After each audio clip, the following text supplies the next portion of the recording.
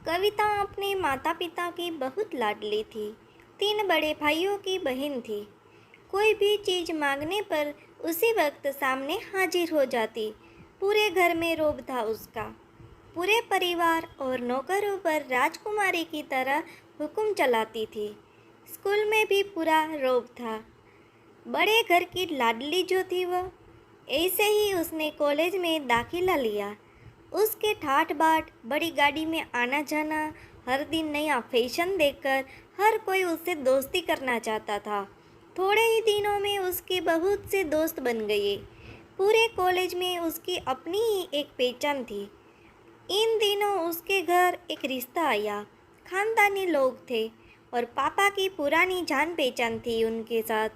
कविता के साथ कोई ज़बरदस्ती नहीं थी, पर कविता ने फिर भी हाँ कर दी, क्योंकि वह अपने परिवार से बहुत प्यार करती थी।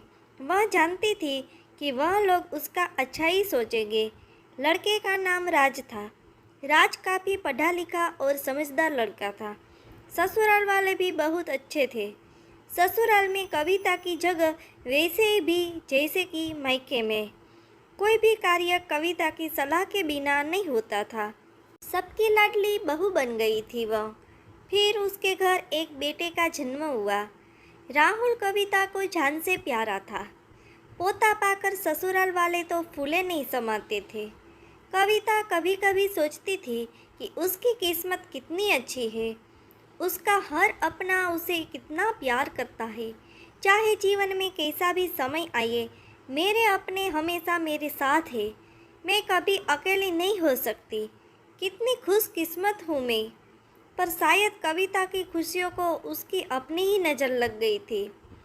एक दिन वह मायके जाने की जिद कर बैठी। राज को बहुत काम था, लेकिन वह फिर भी उसे ले गया। रास्ते में उनकी गाड़ी अन्य गाड़ी से टकरा गई। कविता, राज और राहुल बहुत बुरी तरह से जख्मी हो गए।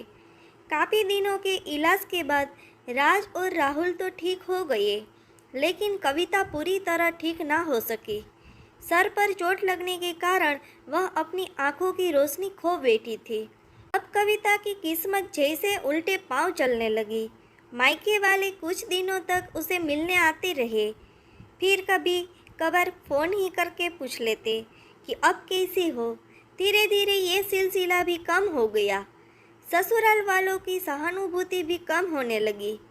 घर में किसी को पास बैठने के लिए कहती तो जवाब मिलता, बहुत काम है, अब तुम भी हाथ नहीं बटा सकती। राज भी चिड़चिड़ा हो गया था। बस राहुल ही था उसके साथ, जिसके साथ हंसते खेलते उसका वक्त गुजरता।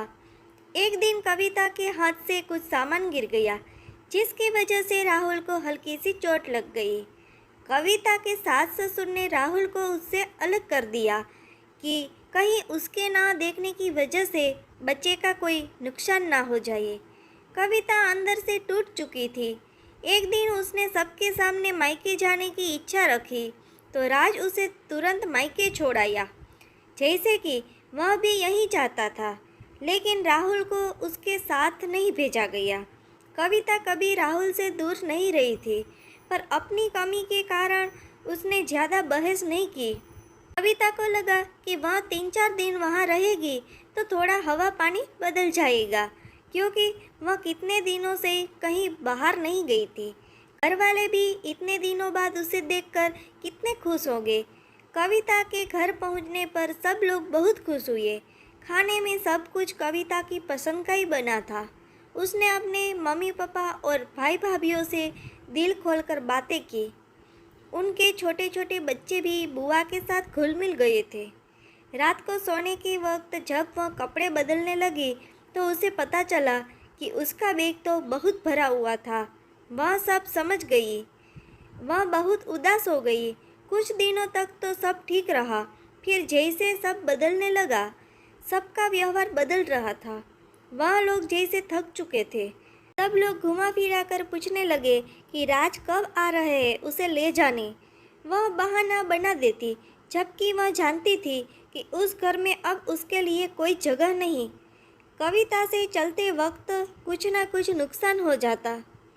थोड़ी बहुत टोका टाकी उसे सुनाई देती। वह टाल देती। एक दिन उसके हाथ से लगकर एक कीमती फूलदान टूट गया। छोटी बाबू ने बहुत हंगामा मचाया। कविता के माता पिता रोज रोज के झमेले से तंग आ गए थे। उन्होंने राज को खुद से फ़ोन कर दिया। राज कविता को अपने घर ले गया। कविता को अपने परिवार वालों से ये उम्मीद ना थी। जिस कविता के कहने बिना घर में एक पत्ता भी नहीं हिलता था, उस घर के लिए वह अब बोझ बन चुकी थी। राज के साथ ससुराल आते वक्त बहुत खुश थी, क्योंकि वह अपने घर जा रही थी, अपने जिगर के टुकड़े राहुल के पास। परंतु यह खुशी भी कुछ पल की ही थी। सारा बंदोबस्त पहले से ही किया हुआ था। कविता को सीधे ऊपर वाले कमरे में पहुंचा दिया गया। राहुल से दूर रहने की सख्त चेतावनी दी गई। एक काम वाली लता को उसकी जिम्मेदारी सौंपी गई, जो उसके खाने पहनने जैसी ज़रूरतों का ध्यान रखती। कविता ज़्यादातर चुप ही रहती। कभी कभी काम वाली लता से थोड़ा जान लेती। उसके जरिए राहुल का पता चल जाता। सबकी लाडली बेटी और बहू सबके लिए लाडली से बोझ बन चुकी थी। आपको ये छोटी सी कहानी कैसी लगी वो कमेंट बॉक्स में ज़रूर बताइए। तब तक के लिए बाय बाय। और हाँ, चैनल में नए हो तो चैनल को लाइक शेयर एंड सब्सक्राइब जरूर कीजिए।